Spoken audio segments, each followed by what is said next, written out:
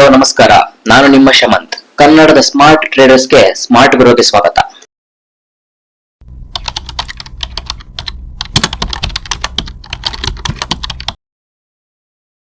Stock market ನಲ್ಲಿ 95% ಅಷ್ಟು ಜನ ದುಡ್ಡನ್ನ ಕಳ್ಕೊಳ್ತಾರೆ.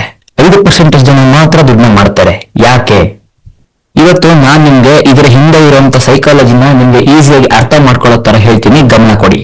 ನೀವು ರಿಯಲ್ ಎಸ್ಟೇಟ್ ನಲ್ಲಿ ಸೈಟ್ ತಗೊಂಡು ಇನ್ವೆಸ್ಟ್ ಮಾಡೋದಾದ್ರೆ, ಇಲ್ಲ ಬ್ಯಾಂಕ್ FD ನಲ್ಲಿ ಇನ್ವೆಸ್ಟ್ಮೆಂಟ್ ಮಾಡೋದಾದ್ರೆ ಒಂದ್ಸರಿ ಇನ್ವೆಸ್ಟ್ ಮಾಡಿ ಅದನ್ನ ಮರ್ತು ಬಿಡ್ತೀರಾ. ಇಲ್ಲ ಅಂದ್ರೆ ಕಂಟಿನ್ಯೂಸ್ ಆಗಿ ಅದನ್ನ ನೋಡ್ತಾ ಕೂತ್ಕೊಂಡಿರಲ್ಲ. ರಿಯಲ್ ಎಸ್ಟೇಟ್ ನ ಪ್ರಾಪರ್ಟಿ ಬೆಲೆ ಡೈಲಿ ಚೆಕ್ ಮಾಡ್ತೀರಾ? ಇಲ್ಲ. FD ವ್ಯಾಲ್ಯೂನ ಪ್ರತಿದಿನ ಚೆಕ್ ಮಾಡ್ತೀರಾ? ಇಲ್ಲ.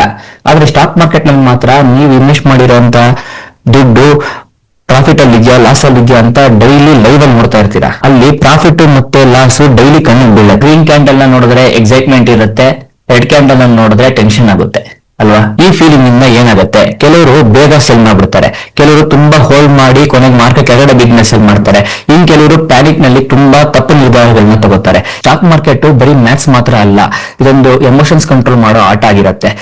ಆದ್ರಿಂದಲೇ ಇದರಲ್ಲಿ 95% ಜನ ಫೇಲ್ ಆಗ್ತಾರೆ. ಒಂದ್ಸಾರಿ ಯೋಚನೆ ಮಾಡಿ, ರಿಯಲ್ ಎಸ್ಟೇಟ್ ಬೆಲೆಗಳು ಕೂಡ ಪ್ರತಿ ಸೆಕೆಂಡ್ ನಿಮ್ ಮೊಬೈಲ್ ನಲ್ಲಿ ಅಪ್ಡೇಟ್ ಆಗೋ ತರ ಇದ್ರೆ ಅಲ್ಲಿ ಕೂಡ ಜನ ಪ್ಯಾನಿಕ್ ಆಗ್ತಾರೆ. ಅದನ್ನೆಲ್ಲ ನಾವು ಡೈಲಿ ನೋಡೋದಿಲ್ಲ, ಆದ್ರಿಂದ ಕಾಮ್ ಆಗಿರ್ತೀವಿ. ಅದೇ ಸ್ಟಾಕ್ ಮಾರ್ಕೆಟ್ ನಲ್ಲಿ ಪ್ರತಿದಿನ ವ್ಯಾಲ್ಯೂ ಕಾಣಿಸ್ತಿರುತ್ತೆ, ಎಮೋಷನ್ಸ್ ಟ್ರಿಗರ್ ಆಗುತ್ತೆ, ತಪ್ಪುಗಳು ಕೂಡ ಆಗುತ್ತೆ. ಅದಕ್ಕೆ ಇಲ್ಲಿ ಡಿಸಿಪ್ಲಿನ್ ಮತ್ತೆ ಮೈಂಡ್ ಸೆಟ್ ತುಂಬಾ ಮುಖ್ಯ. ಹಾಗಾದ್ರೆ ಇದಕ್ಕೆ ಸೊಲ್ಯೂಷನ್ ಏನು? ಇದಕ್ಕೆ ಸೊಲ್ಯೂಷನ್ ಏನು ಅಂತಂದ್ರೆ, ಮೊದಲು ಬೇಸಿಕ್ಸ್ ನ ಕಲಿಯಿರಿ, ಆಮೇಲೆ ನಿಮ್ಮ ಎಮೋಷನ್ಸ್ ನ ಕಂಟ್ರೋಲ್ ಮಾಡೋದನ್ನ ಕಲಿಯಿರಿ, ಆದಷ್ಟು ಲಾಂಗ್ ಟರ್ಮ್ ವಿಷನ್ ನ ಇಟ್ಕೊಳ್ಳಿ. Stock market over night rich ಆಗುವಂತ ಜಾಗ ಅಲ್ಲ, ಇದು ಸ್ಲೋ ಆಗಿ ಸ್ಟಡಿ ಆಗಿ ವೆಲ್ತ್ ನ ಬಿಲ್ಡ್ ಮಾಡುವಂತ ಸೈನ್ಸ್. 95% ಜನ ಫೇಲ್ ಆಗ್ತಾರೆ, ಬಟ್ ನೀವು ಡಿಸಿಪ್ಲಿನ್ ಇಟ್ಕೊಂಡ್ರೆ 5% ಸಕ್ಸಸ್ಫುಲ್ ಗ್ರೂಪ್ ನಲ್ಲಿ ಸೇರ್ಕೋಬಹುದು. ಫ್ರೆಂಡ್ಸ್, ಸ್ಟಾಕ್ ಮಾರ್ಕೆಟ್ ಅನ್ನೋದು ನಿಮ್ಮ ಎಮೋಷನ್ಸ್ ಗೆ ಮಿರರ್ ಇದ್ದಾಗೆ. ನೀವು ಎಮೋಷನ್ಸ್ ಕಂಟ್ರೋಲ್ ಮಾಡಿದ್ರೆ ನೀವು ನಿಮ್ಮ ವೆಲ್ತ್ ನ ಕಂಟ್ರೋಲ್ ಮಾಡ್ತೀರಾ. ಈ ವಿಡಿಯೋ ಇಷ್ಟ ಆಗಿದ್ರೆ ಸಬ್ಸ್ಕ್ರೈಬ್ ಮಾಡಿ, ಲೈಕ್ ಮಾಡಿ ಮತ್ತು ನಿಮ್ಮ ಸ್ನೇಹಿತರ ಜೊತೆ ಶೇರ್ ಮಾಡಿ. ನೆಕ್ಸ್ಟ್ ವಿಡಿಯೋದಲ್ಲಿ ಮತ್ತೆ ಸಿಗೋಣ.